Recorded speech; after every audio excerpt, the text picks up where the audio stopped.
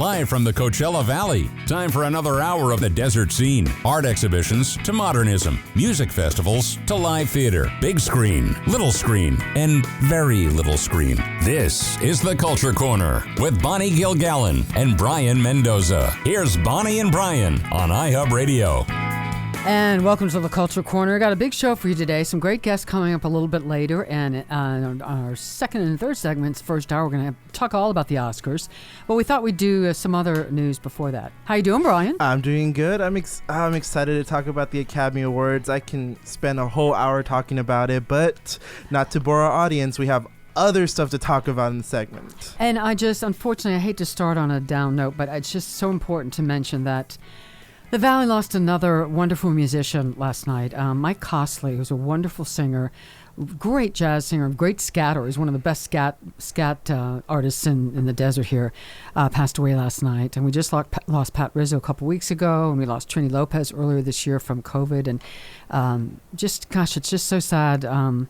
Losing Steve Medeo, a lot of great musicians we've lost in the last couple years. And just wanted to say thank you for your music. Mike, he was a great guy. I interviewed him a couple times. Really nice guy and just a consummate performer. And we're going to miss him. Just wanted to put that out there. I also wanted to mention that Ann Douglas has died at 102 years old.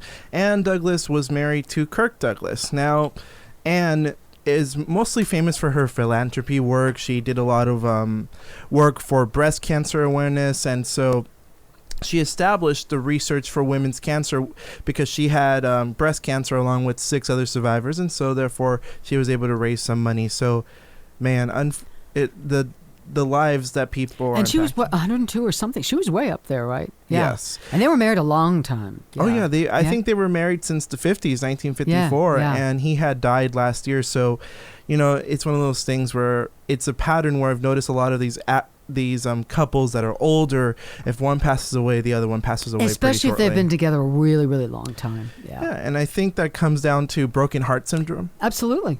Absolutely. I imagine that's a real thing. I can't imagine. Oh, I think it is.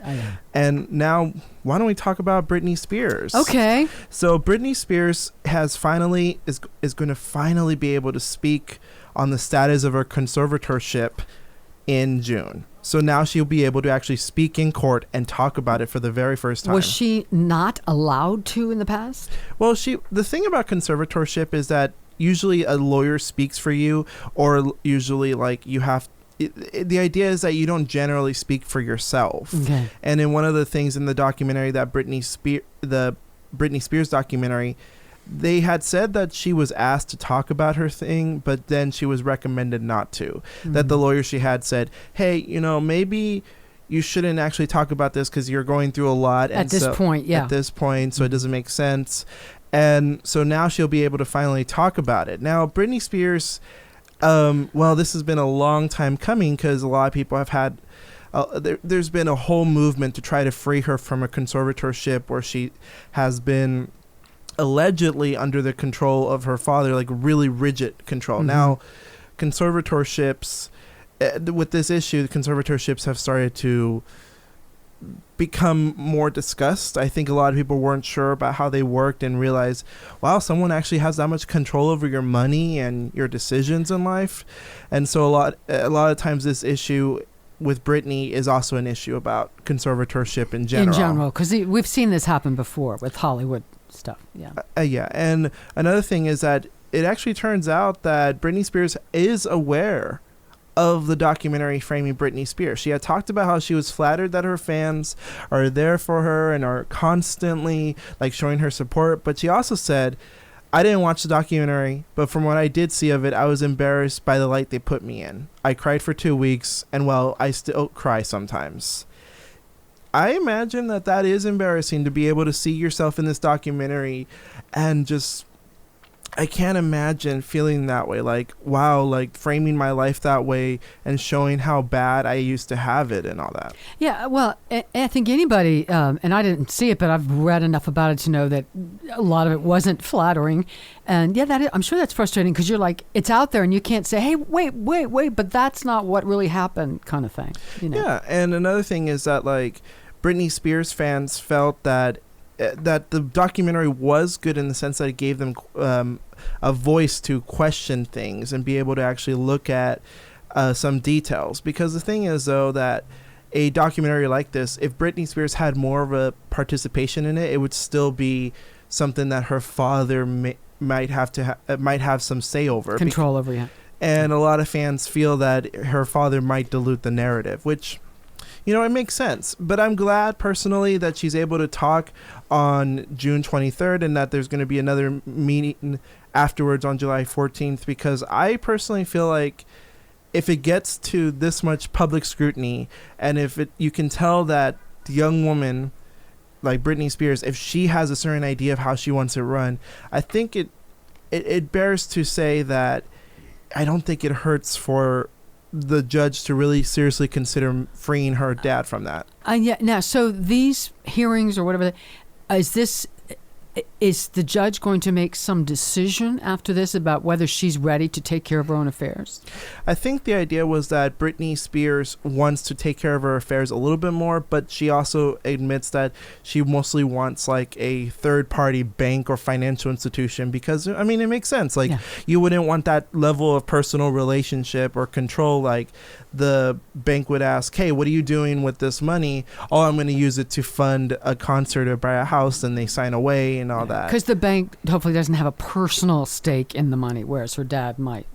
Yeah, and it's one of those things where the Brittney Spears situation, it sort of speaks to how I've seen a lot of my own friends, because I have friends who have conservatorships, and I didn't realize that a lot of times you can tell that they're not very happy about it because the arrangement gives too much power to somebody else. And personally for me, I wouldn't want that type of power.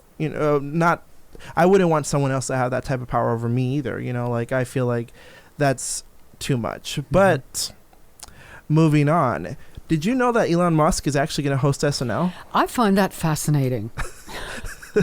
that should be interesting. I'm going to be honest. Like, I think it's going to be May 8th. So in a couple of weeks from now, I think it's 2 Saturdays from now. Now that I think about it. Now, Elon Musk this announcement was made, I think, last Saturday, and the scheduled guest is Miley Cyrus. Now, Elon Musk is the CEO for Tesla, for those of you who don't know. And Elon Musk is, one of those people that kind of falls into the controversial side of CEOs. Like, he was very outspoken against, like, shutting down for the pandemic, and he actually encouraged businesses to stay open during the lockdowns. And I don't know how I feel about non-musicians, non-actors, non-performers hosting SNL. Because I know that saying his name is political, but in my opinion, when Donald Trump hosted SNL, even if you take out the politics, it still was a disaster in my opinion, because like as many of the things he did were, in my opinion. Yeah, and I think that it just shows that having a lot of non-performers, it doesn't work because they can't act. Yeah, very seldom.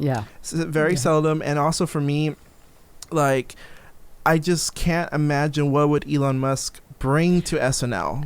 It seems to me they're just doing it for publicity, to see if people tune in, just to see if he crashes and burns. Oh yeah, no, and I definitely think about how how SNL has actually missed out on a lot of great artists over the years and a lot of great actors that have rejected SNL. That sometimes I think, come on, SNL, it must not be that hard to find someone because it's a once a week gig. I think they just want the controversy. Any bad PR is better than no PR. You know? That's true. And I often think about how SNL, they really like that PR, because with Donald Trump, like, that was good PR. I would say from a PR standpoint, it was good because you got the most outspoken, most controversial figure in the presidential election 2016, and now you're having him host SNL. So, and the fact that Donald Trump himself was also parodied a lot, it makes sense to have him on there. So I can kind of see that a bit more. Makes a little more sense in some ways than Elon Musk, yeah. And Elon Musk, like, for me, it's like, I don't even see them parodying Elon Musk as much. And I remember someone said that Elon Musk was charismatic, and just like Dr. Oz for you, Bonnie, I don't see it. I don't see the charisma that's oozing off of Elon Musk. I see him and I'm like, the only thing I remember really about him is that he named his child a really weird name, which was like an XAE 27 something. Yeah, people that do that, I'm sorry. How are you going to call him in for dinner if he's outside playing? Like how do you pronounce that? I don't know. Zay 27 or something like that. Hey, come here, Zay 27 49. That's bad. I know. So it'll be interesting to see. Yeah. So May 8th it's a week from tomorrow. So after that show, we'll have to do a breakdown of how it went. I'm actually really curious about that show because, like, when I think about it, I can't imagine. I'm gonna watch it for the disaster, but I was gonna ask you in general, what have been some of your favorite guest hosts over the years for SNL? Because it's a very hard question to answer. Yeah, and see, to be honest with you, in the last, I don't know, and I don't think I'm alone in the last, 10, 15 years, but I haven't watched it all that often, to be honest with you. Every now and then. I catch a good host. Like if there's a good host, tell me who you've really liked, and I'll tell you if I even saw it. Like to be honest, I think that for me, one of my favorite hosts will always be every time Steve Martin comes around, or Alec Baldwin, or I actually really like the one time that Betty White hosted. Now that was good, and I also will say that for me, I also like when they have celebrities come in and do like one-time impressions, because you're surprised. Like, I never thought for a million years that Robert De Niro would be playing a politician on SNL. I never thought. And I do want to mention one other thing about about SNL is that apparently there will be no cast members will be forced to participate in that episode. So if with Elon Musk? Yeah. So if nobody wants to be in that episode, they will not be fired. They won't be punished. They will just, whoever shows up, and whoever wants to do a skit with him is there. Yeah. And I'm gonna be honest. I think maybe Kate McKinnon would probably be one that wouldn't show up, or maybe she would show up just to make fun of him and roast him. But I mean, over the years, like, I think that I'm interested. I'm gonna predict that this will be kind of a flop, but I'm also gonna be optimistic and say that maybe you'll get some good laughs at how. Maybe you never know. And I would also say too, like, I also liked SNL has also banned a lot of people in the past, like Andy Kaufman and Louise Lasser. Louise Rayner. Oh, she passed away. Why did they ban them?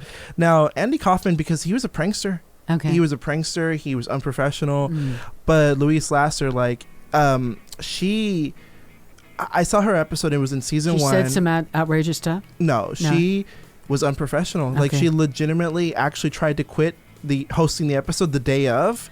And when you see that episode, she actually has a mental breakdown in the middle of the episode, in the middle of her monologue. Yeah. And I was laughing at first because I thought it was rehearsed. Yeah. But it wasn't. Yeah. But hey, stay tuned. We're going to talk about the Academy Awards. We got a lot of hot takes. All right, we'll be back in a bit.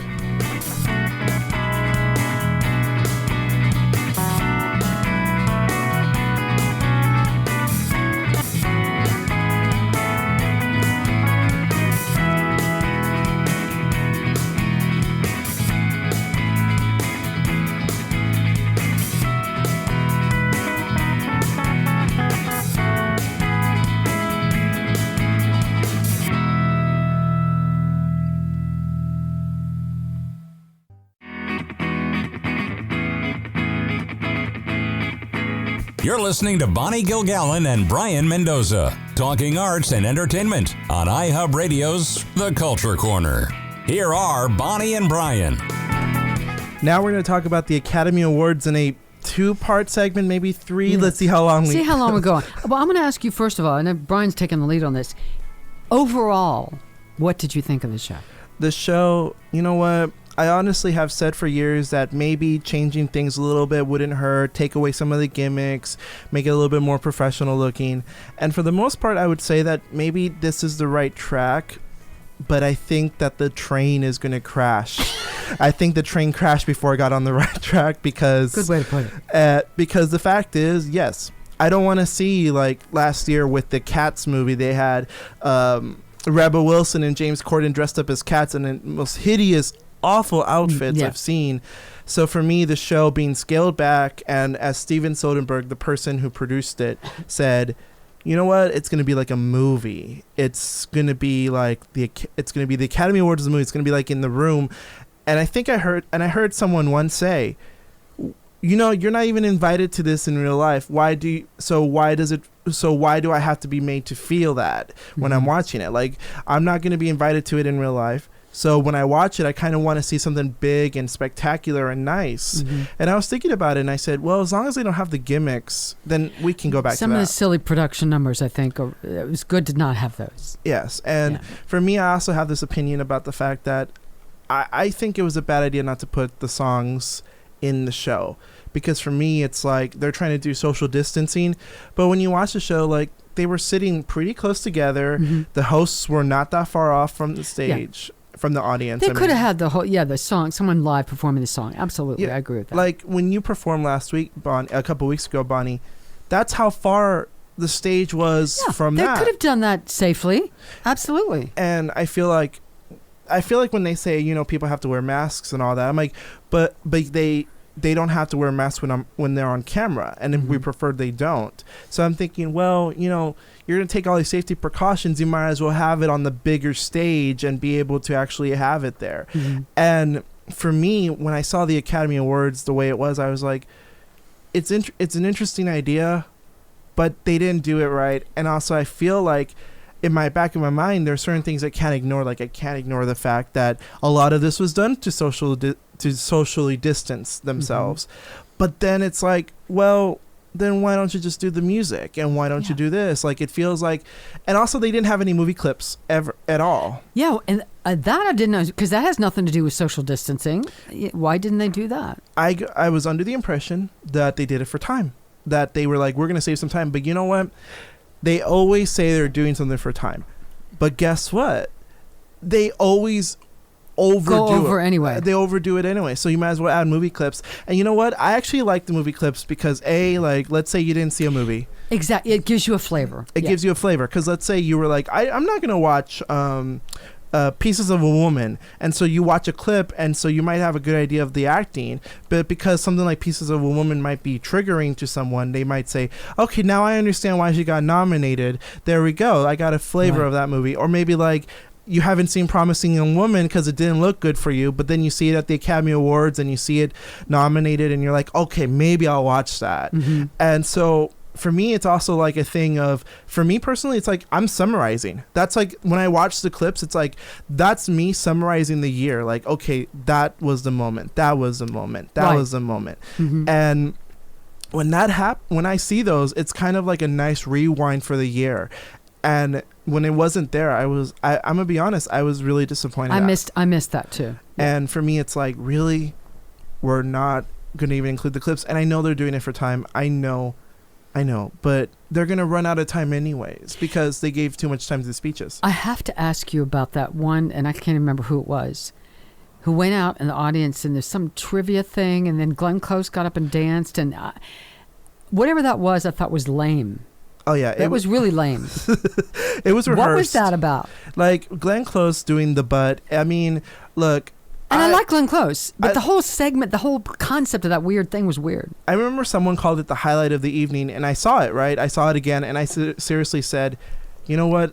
I wasn't paying attention when this happened, but I'm glad I didn't, because I thought it was cringy. I thought, first of all, Glenn Close, like, what are you doing? Like, I'm not saying that maybe the segment wouldn't be funny, but the fact that it was like so slowly performed, and you can tell they might have rehearsed it and once. Didn't several people get bleeped? Because several people were swearing at that point. There were several things bleeped. Oh yeah, they bleeped it, and that song I know it got bleeped too. So like for me, I was like kind of weirded out by how it just got to that point where like Glenn Close didn't even dance the butt right. Like I was actually telling someone, you know, if you like that segment, it's because you don't know what the butt is. Yeah.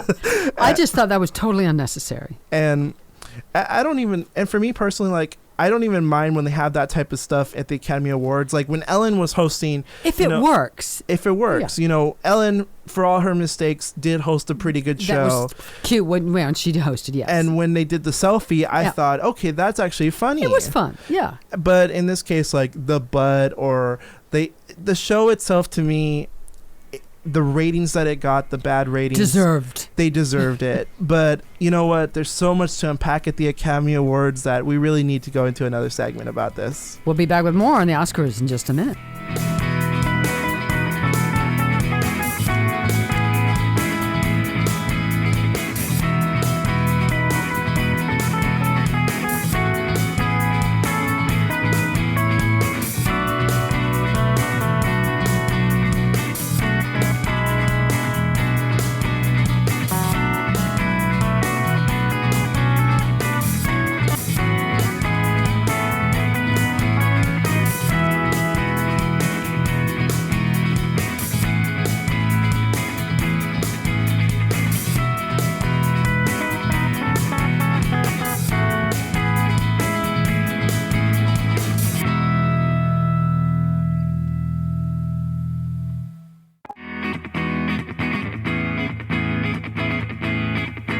The curtain rises on local and regional arts and entertainment.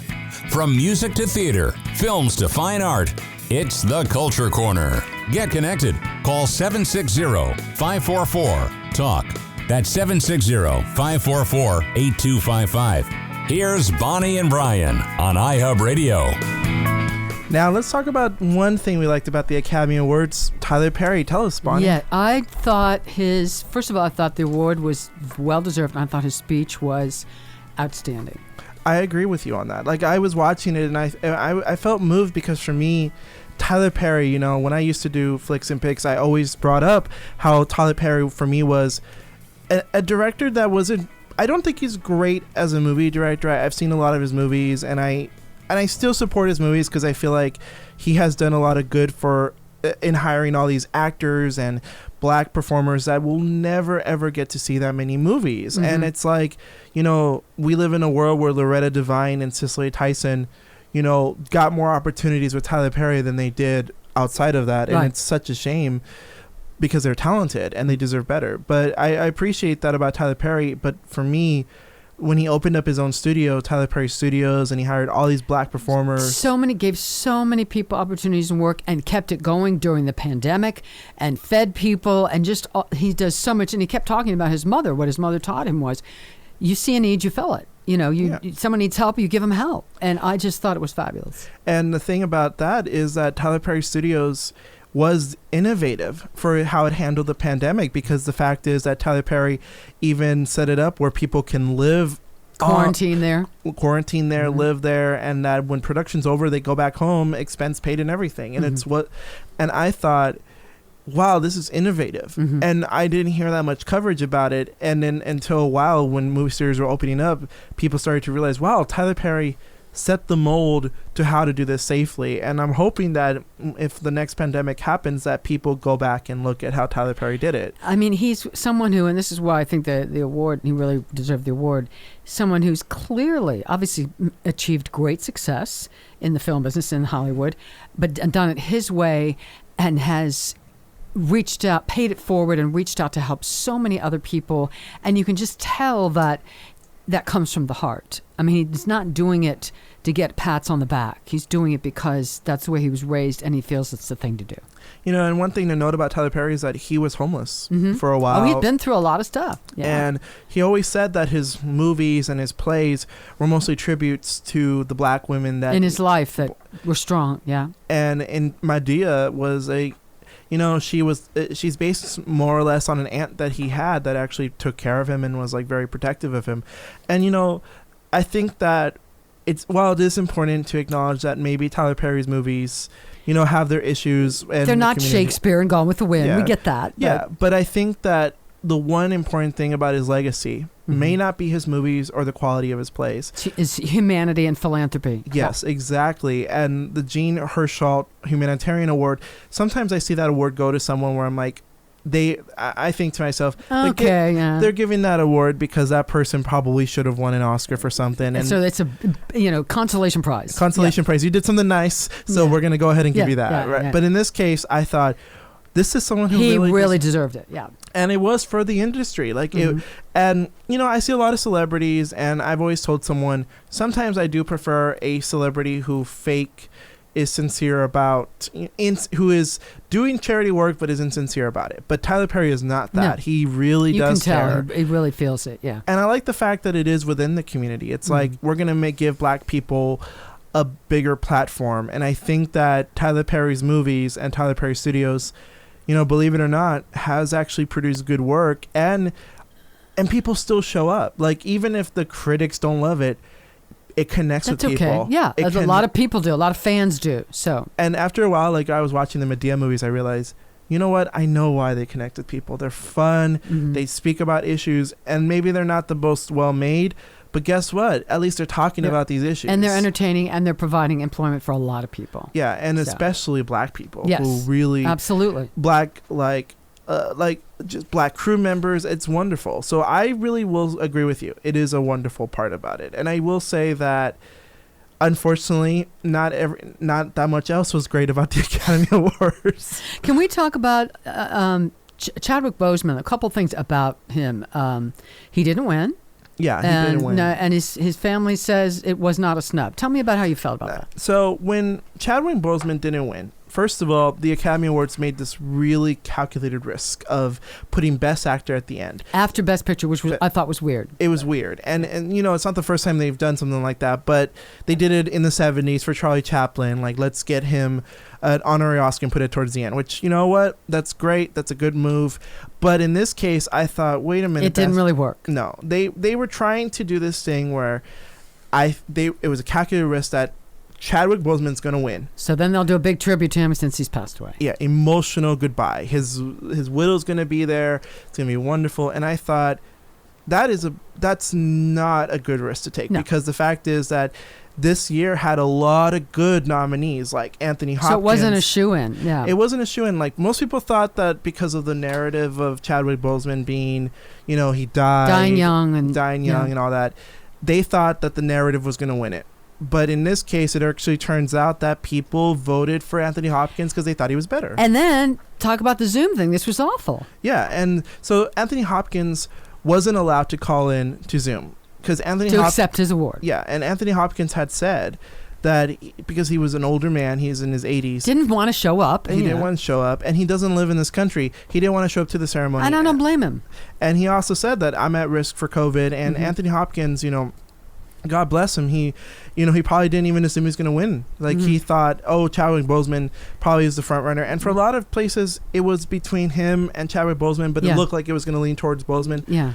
But because he had won Anthony Hopkins, he wasn't able to call in. So the award ended on a flat note. Yeah, and I saw that. I was like, really? That's how we're going to end this show? Yeah. Like, and I thought, first of all, I said this online. How dare the Academy use someone's death for their big ratings play at the end? No, I do not agree with that. And second of all, I think that I love how his family did take it gracefully. Like, you know what?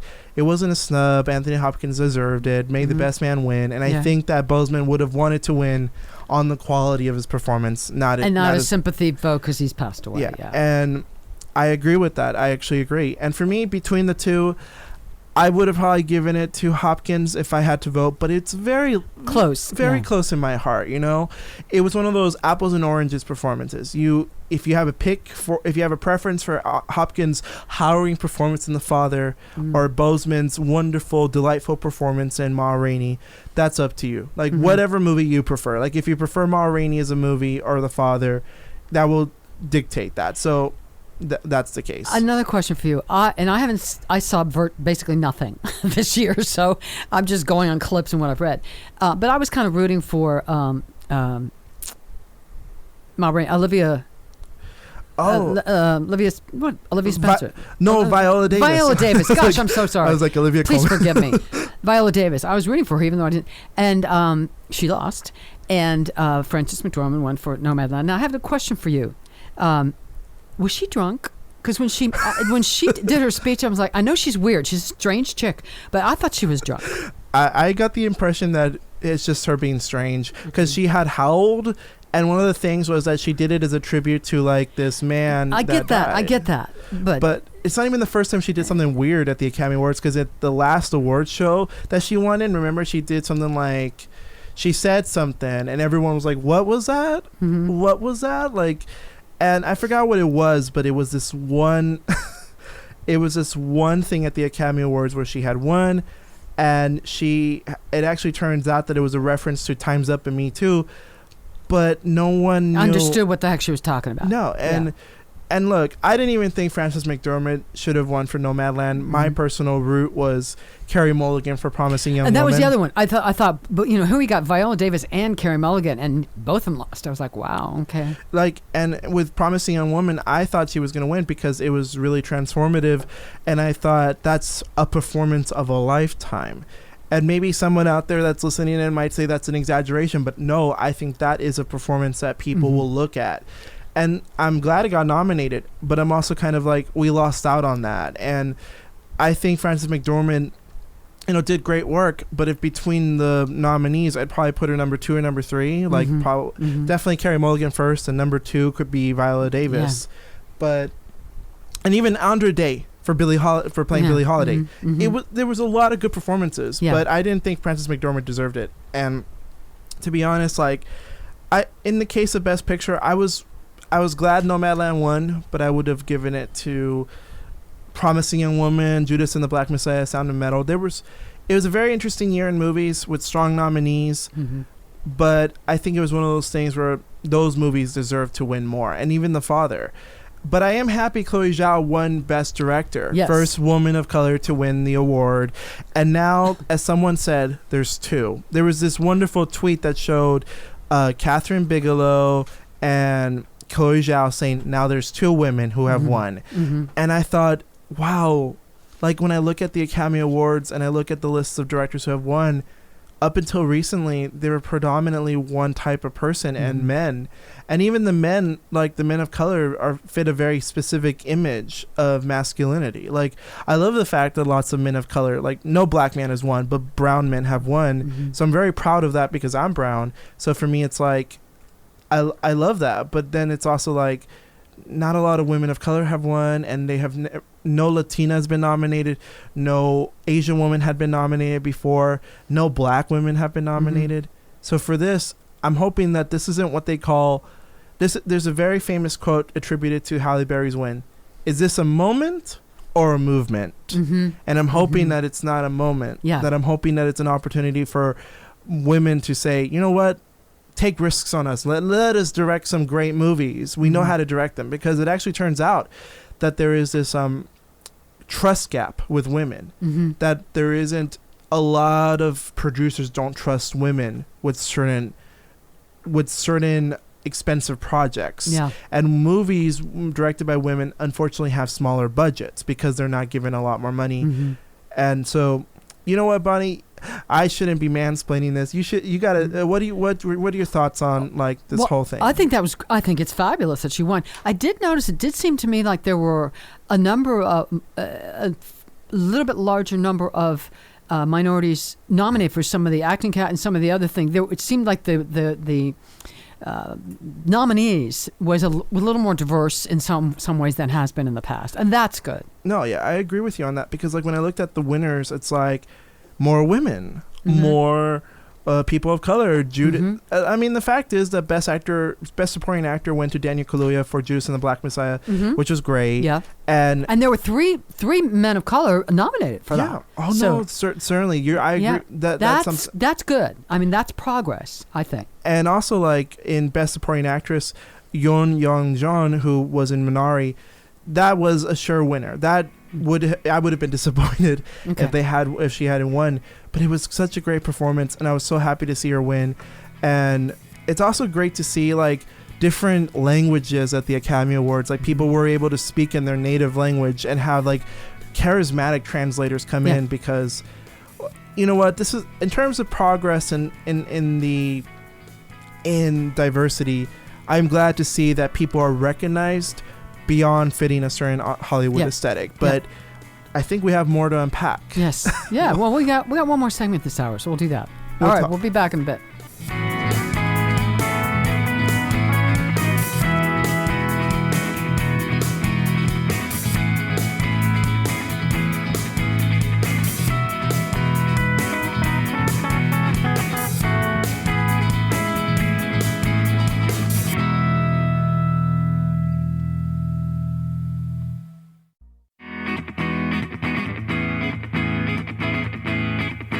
You're listening to Bonnie Gilgallon and Brian Mendoza, talking arts and entertainment on iHub Radio's The Culture Corner. Live from the desert cities of Southern California, here's Brian and Bonnie. Now, we're going to get a little bit further down the Academy Awards rabbit hole because it's just that there's always so much to talk about every year with the Academy Awards because they either mess up one way or they do something really well the other way. It's always something. It's always something.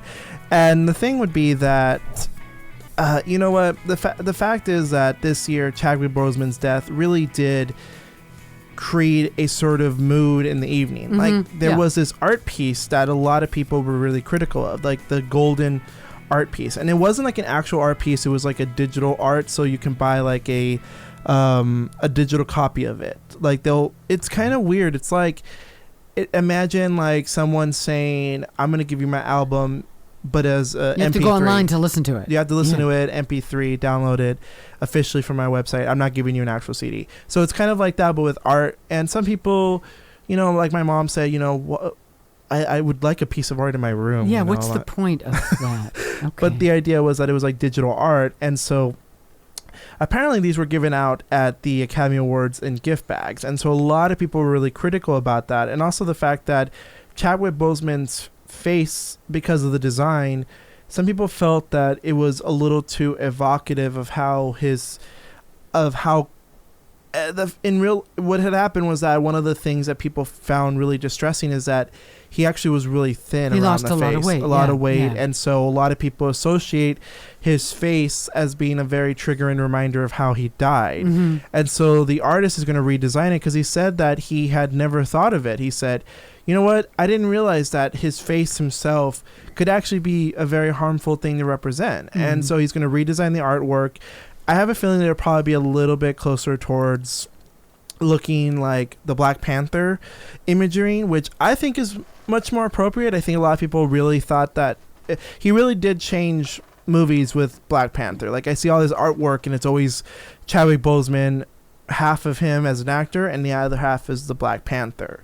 So like, I think it was not the greatest art piece, and I think that for me it's like, I just think this year they tried really hard to get him honored, but I just think that making the calculated risk of guessing that he would win, failure.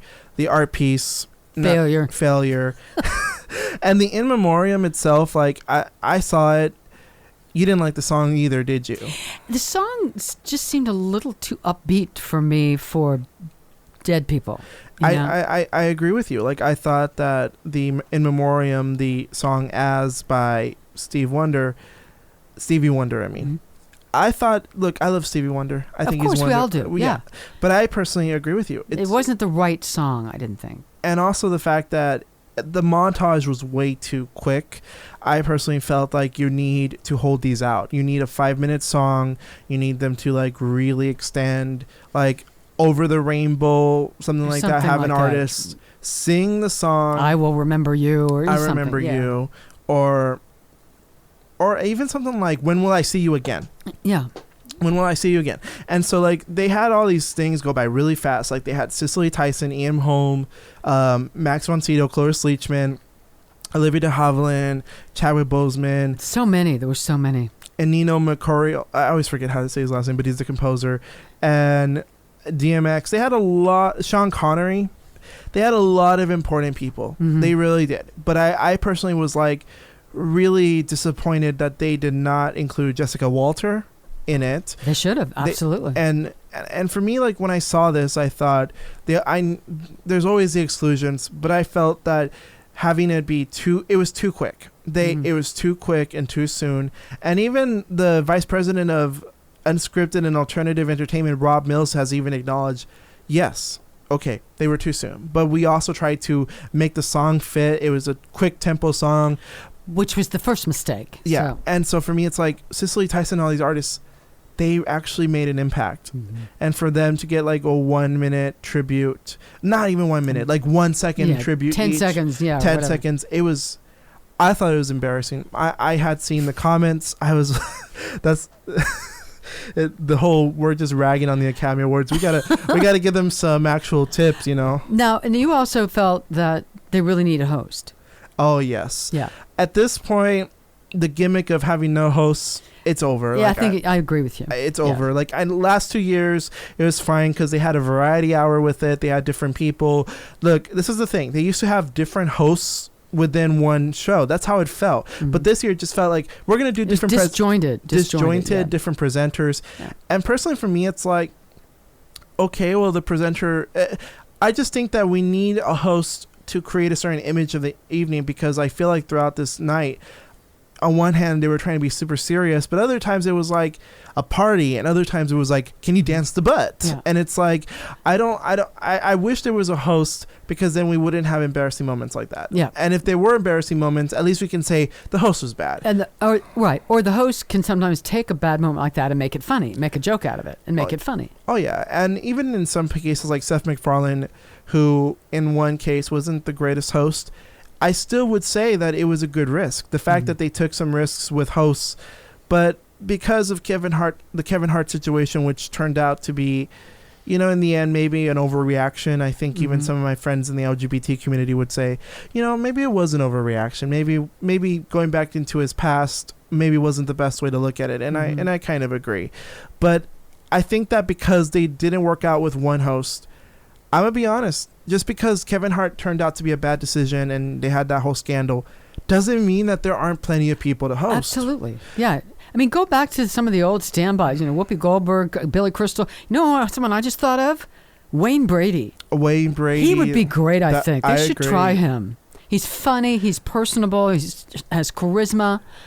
I agree. And they could even, and you know what? Wayne Brady, no, that is a good one. I think he'd be fabulous. And there's plenty of great people out there that can be hosts. And I think that also, honestly, as long as it's not something like James Franco and Anne Hathaway. No, that was not good. No. And you know what? There was actually a story I had a while back, and I'll just say real quick.